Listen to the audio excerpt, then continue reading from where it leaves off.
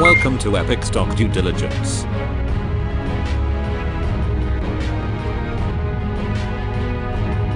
Please subscribe at youtube.com/EpicStockDD. Thank you. Hey y'all, welcome back to another potentially entertaining episode of Epic Stock Due Diligence. Now this and all of my videos are for entertainment purposes only. They should not be considered a recommendation to buy or sell a security. I'm sharing this and all of my content for entertainment purposes only. Now with that being said, if you want to check out my book, and not trying to pump my book, but if you want to check it out, check out the link within this video's description. You may find it to be an entertaining read. But 2016 is something that is going to be a challenge for a lot of penny stock speculators. Now, we all have our own opinions. We've found what works and what doesn't work, and it's often hard to spot any sort of pattern that makes sense. And that's what makes, in my opinion, that's what makes penny stocks so entertaining. Is that when one feels that they've figured out a pattern, everything changes. Market conditions change, and what worked yesterday or what worked a few moments ago, minutes, seconds, hours, may never work again. So it's an interesting form of entertainment. Now, as I always say, always expect to lose 100%, because more than likely with penny stocks, that's probably what's going to happen. But with that being said, it can be a lot of fun. And I know for 2016, for me, put a lot of thought into what I've done in the previous years. Check out my other videos, my older videos, where I shared my penny stock trading strategy for the previous years. But in 2016, I'm going to do it a little bit different. And what I'm going to do is I'm going to go more after forward-looking statements. And what I mean by that is that I'm going to look for, instead of really taking a close look at share structure, this, that, and the other, I'm going to focus more upon something that may materialize. More than likely, it's probably not. But if it did, how well could that potentially propel the price per share of that stock? Now, ultimately, the ones that I'm speculating with, I want to make sure that they have good share structure. Don't want something that's so diluted that it would potentially take billions of shares traded to uptick. But I want something that has decent share structure, ticker that doesn't have any sort of horrible past associated with it. I mean, that's hard to find in the over-the-counter markets, because most everything is, if it's not on the surface sketchy, it's probably something beneath the surface that's sketchy as everything. And that's one of the things that makes, in my opinion, it makes penny stock so entertaining, is that it's kind of like you feel like a detective, and you feel like whomever you go after is a criminal by default. Because more than likely, it's probably the case with penny stocks. I mean, most every penny stock, and I'm not trying to overgeneralize here, but most every penny stock, if you've even been involved with penny stocks for a few weeks, you probably quickly realize that they're pretty sketchy. But with that being said, the opportunity for the opportunity to lose it all is pretty good, but the opportunity to really get in on something that the masses wouldn't even touch is somewhat slim, but it's possible. And that's what makes penny stocks for me so entertaining, is that it's one of those things where you turn on your big financial news network and they're going to be focusing upon the big boards: New York Stock Exchange, American Stock Exchange, NASDAQ, etc. Very rarely is someone on a big financial network going to be talking about something that's over-the-counter bulletin board, much less a pink sheet, which is the bottom of the barrel when it comes to over-the-counter stocks. So that's my 2016 thing, going after, doing a lot of research and trying to identify what potentially may happen, with forward-looking statements.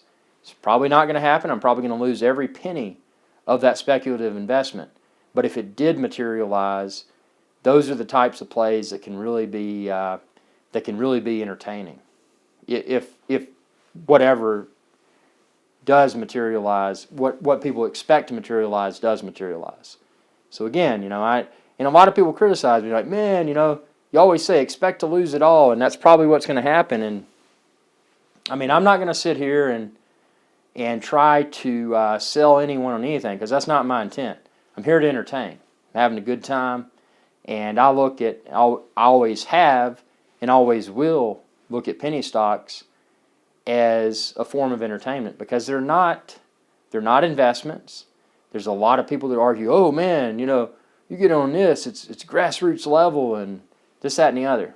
Nobody can convince me that a penny stock is an investment, and I don't care which tier it is, pink sheets, OTC, OTCQX, or whatever. I don't care which tier of the over-the-counter markets it is. And by the way, pink sheets, as I mentioned earlier, is the bottom of the barrel. But yeah, I mean, for me, I assume that nothing in the over-the-counter markets is an investment grade. But with that being said, I mean, it is a fun game. Again, if you expect to lose it all, it can be a fun game. And even, I mean, there's been times where I've where I've lost it all, but it's been such a fun ride that I felt like I could have not invested, but I could have spent that money on dessert or maybe a few fancy dinners or whatever. But instead, I threw it at a pointless penny stock, and it went to zero. But there's something rewarding for me about losing it all, because it was such an entertaining ride. I mean, it's like if you can imagine a TV show that's very well crafted, that's what a penny stock feels like. When you're trading a penny stock, it feels like watching a mini-series, something you really like. And there's all these twists and turns. And at the end, everybody dies. Not that hopefully nobody dies playing penny stocks, but what I'm getting at is that it's that same type thing. You never know what to expect, and in the end, it's a tragic ending. And that's typically what happens with penny stocks. Tragic ending, someone loses it all. So it's entertaining if someone has tough skin. And it's definitely not for everyone, and it's not a walk in the park by any means, unless your park has a bunch of trip hazards and caution signs and this, that, and the other, and misleading advertisements, whatever may be in that park. But it's all about how one chooses to look at it. And in my opinion, and correct me if I'm wrong, I mean, I know there's a lot of people out there that are driving around in Lamborghinis and Ferraris, and they know everything about the penny stocks. And definitely they know everything. But even if you are that person, driving around in your Lamborghini, your Bugatti, your Ferrari, your whatever, insert fancy sports car here, convince me that you're a penny stock expert, because I want to know what you know. But I will tell everyone what I feel, and that's that penny stocks, expect to lose it all. But when you're looking at strategies, it should be, in my opinion, the way I look at it, it's a strategy to entertain. So the entertainment could involve a total loss. In a rare scenario, it could create a financial reward. But I mean, that typically doesn't happen. But I think for 2016, for me, it'll be interesting to see how it pans out. But it's all about, again, those forward-looking statements.